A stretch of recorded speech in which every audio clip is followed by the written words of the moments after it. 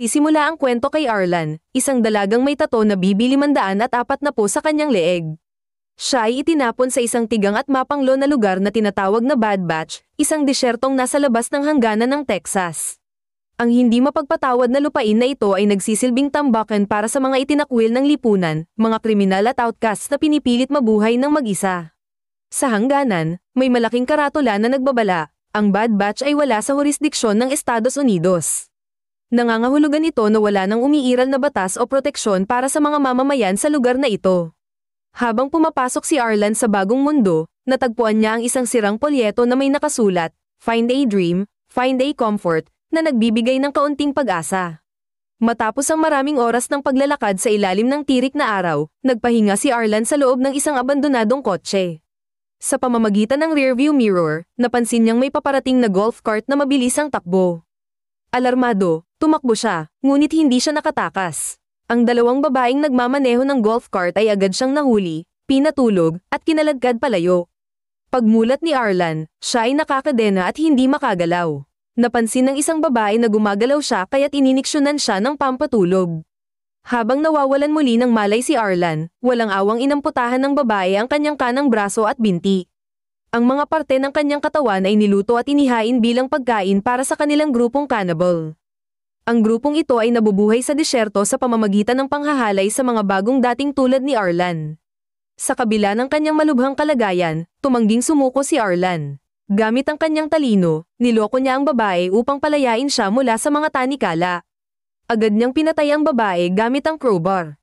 Nagkubli si Arlan, naghihintay ng tamang pagkakataon upang makatakas. Sa panahong ito, maingat niyang pinagmasdan ng kampo ng mga cannibal, inaalam ang kanilang galaw. Nang dumating ang tamang oras, gumapang siya palabas ng kampo gamit ang skateboard, ang kanyang matinding kagustuhang mabuhay ang nagbigay lakas sa kabila ng sakit na nararamdaman niya. Lumipas ang oras sa ilalim ng nakapapasong araw ng disyerto. Halos maubusan na ng lakas si Arlan habang gumagapang sa tigang na lupain. Dehydrated at nanghihina, sa puntong malapit na siyang sumuko, isang misteryosong lalaki ang nakakita at nagligtas sa kanya. Inilagay siya ng lalaki sa isang stroller at itinulak ng milya-milya hanggang dalhin siya sa isang lugar na tinatawag na The Comfort, ang parehong pangalan na nakita niya sa leaflet. Malugod siyang tinanggap ng mga bantay sa The Comfort, habang tahimik na umalis ang kanyang tagapagligtas na walang iniwang paliwanag. Sa loob ng 5 buwan, unti-unting bumalik ang lakas ni Arlan. Nagkaroon siya ng bagong prosthetikong binti at nakahanap ng maayos na trabaho. Nakapagpatayo siya ng maliit na tahanan.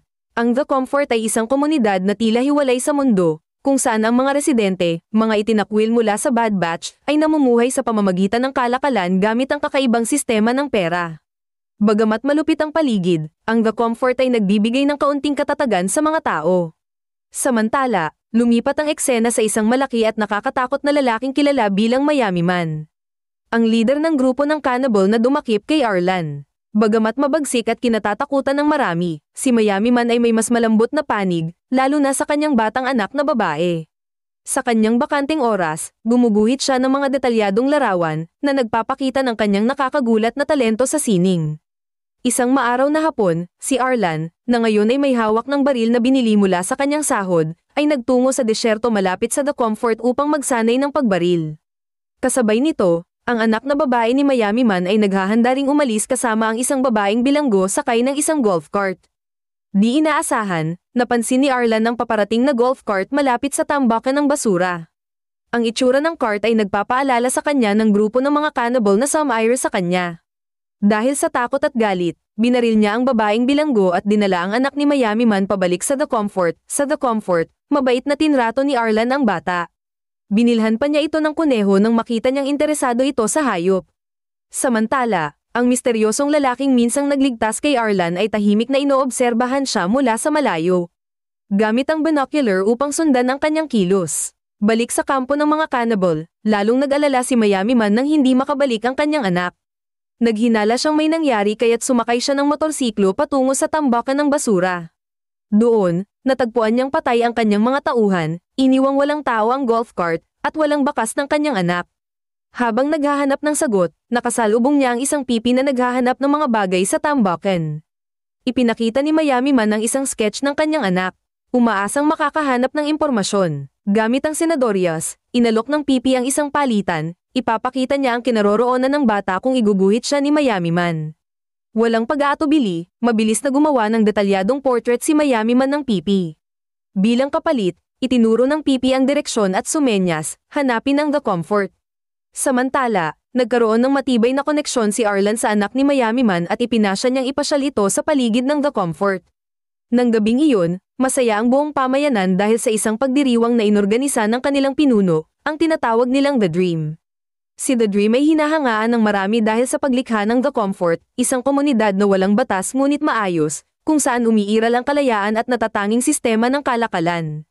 Nahikayat sa kasiyahan, sumama si Arlan sa pagdiriwang at tinanggap ang mga hallucinogenic na table task na inalok ni The Dream. Habang abala si Arlan sa kasiyahan, biglang nawala ang bata matapos habulin ng kunong nakatakas malapit sa mansiyon ni The Dream. Di nagtagal, nakasalubong ni Arlan si The Dream mismo, na inimbitahan siya sa kanyang engranding mansiyon. Walang kamalay-malay si Arlan sa pagkawala ng bata, at dahil sa epekto ng droga, naglakad siya sa disyerto at sa huli ay nakatulog sa ilalim ng mga bituin. Kinaumagahan, nagising si Arlan at natuklasang nawawala ang kanyang prosthetikong binti. Lumabas na si Miami Man nang kumuha nito. Hindi lang iyon, hinarap siya ni Miami Man at marahas na hinanap ang kanyang anak. Bagamat itinanggi ni Arlan na alam niya kung nasaan ang bata, nangako siyang tutulungan siyang hanapin ito sa The Comfort. Sa huli, binalaan siya ni Miami Man na papatayin siya kung hindi niya mahanap ang bata. Habang naghahanda silang bumalik, nakasalubong nila ang isa pang cannibal na nag-alok ng palitan, isang buong lalagyan ng gasolina kapalit ni Arlan. Pumayag si Miami Man nang walang pag-aatubili. Gayunpaman, nang tangkaing kunin ng cannibal si Arlan, mabilis na pinatay siya ni Miami Man. Kinuha niya ang gasolina at ang motorsiklo ng cannibal at ipinagpatuloy ang kanilang paglalakbay pabalik sa The Comfort kasama si Arlan. Habang magkasama, unti-unting nagkaroon ng hindi maipaliwanag na ugnayan sina Arlan at Miami Man. Sa gitna ng isang mabagsik na bagyo sa buhangin, pinrotektahan siya ni Miami Man at ibinahagi ang ilang bahagi ng kanyang nakaraan. Isinabi niyang itinapon siya sa The Bad Batch dahil isa siyang ilegal na imigrante mula Cuba, ipinadala sa US noong siya'y 13 taong gulang pa lamang. Dahil sa pagkamausisa, tinanong ni Arlan ang tungkol sa tattooed badge number sa kanyang leeg. Habang nagiging matapang si Arlan, kinuha niya ang kutsilyo ni Miami Man at sinubukang takutin ito, ngunit nanatili siyang walang pakialam sa kanyang banta. Biglang natigil ang kanilang tensyon nang may isang estrangherong bumaril kay Miami Man sa dibdib at ninakaw ang kanyang motorsiklo, kasama si Arlan. Bagamat ayaw niyang bumalik sa The Comfort, wala nang ibang magawa si Arlan kundi sumama. Pagbalik ni Arlan sa The Comfort, nadiskubre niyang ang lalaking bumaril kay Miami Man ay si prisoner number 5884. Ang numerong ito ay nagpakita ng nakakagulat na katotohanan, lumaki ng husto ang populasyon ng The Bad Batch, na umabot na sa mahigit 800 na mga ipinatapon na preso na ngayon ay nabubuhay sa malupit na disyerto. Samantala, sa malawak at tigang na tanawin, natagpuan ng pipi ang sugatan at nanghihinang si Miami Man, sa kabila ng karahasan at pagiging barbaro ng The Bad Batch, isang lugar na laganap ang kanibalismo at karahasan, ipinakita ng pipi ang di matatawarang kabaitan. Tunay sa kanyang likas na ugali, inalagaan niya si Miami Man ng may pasensya at malasakit, walang hinihinging kapalit. Sa The Comfort, patuloy ang paghahanap ni Arlan sa anak ni Miami Man. Isang araw, nakita niya ang bata na umaalis sa mansiyon ni The Dream kasama ang isang batang babae na malapit ng manganak. Ilang araw matapos nito, si Miami Man, na tuluyan ng nakarecover, ay nagpasalamat sa pipi sa pagliligtas sa kanyang buhay bago muling magpatuloy sa paghahanap sa kanyang anak. Desidido si Arlan na sagipin ang bata, kaya't nagpasya siyang bumisita sa mansiyon ni The Dream. Hindi tulad ng ibang bahagi ng The Comfort, namumuhay si The Dream sa Karangyan. Ang kanyang malaking bahay ay may mga modernong kagamitan at napapalibutan siya ng kanyang mga asawa na nagsisilbing mga tagapagbantay. Sa mga sandaling iyon, mukhang masaya at maayos ang kalagayan ng bata, namumuhay ng comfortable kasama si The Dream. Sa kanilang pag-uusap, ipinahayag ni The Dream kung paano gumagana ang ekonomiya ng The Comfort sa droga na ginagawa ng kanyang mga asawa. Ipinagmamalaki rin niya ang sistemang tabero na kanyang ipinatayo, na nagpapanatili ng kalinisan at kaayusan ng kanilang lugar. Upang makalapit sa bata, nagkunwari si Arlan na pumapayag siyang maging isa sa mga asawa ni The Dream. Dahil sa tuwa, inutusan ni The Dream ang kanyang mga asawa na linisin at ihanda si Arlan para sa kanyang bagong tungkulin. Subalit may ibang plano si Arlan. Palihim niyang itinago ang kanyang baril sa kanyang prosthetikong binti at dinukot ang isa sa mga buntis na asawa ni The Dream bilang hostage.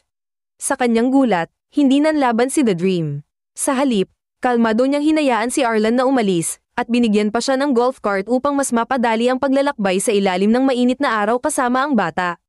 Habang nagmamaneho sila sa disyerto, muling nagtagpo sina Arlan, ang bata, at si Miami Man. Sa labis na ginhawa at saya, niyakap ni Miami Man ang kanyang anak, at nagliwanag ang mukha ng bata sa tuwa nang muling makita ang kanyang ama.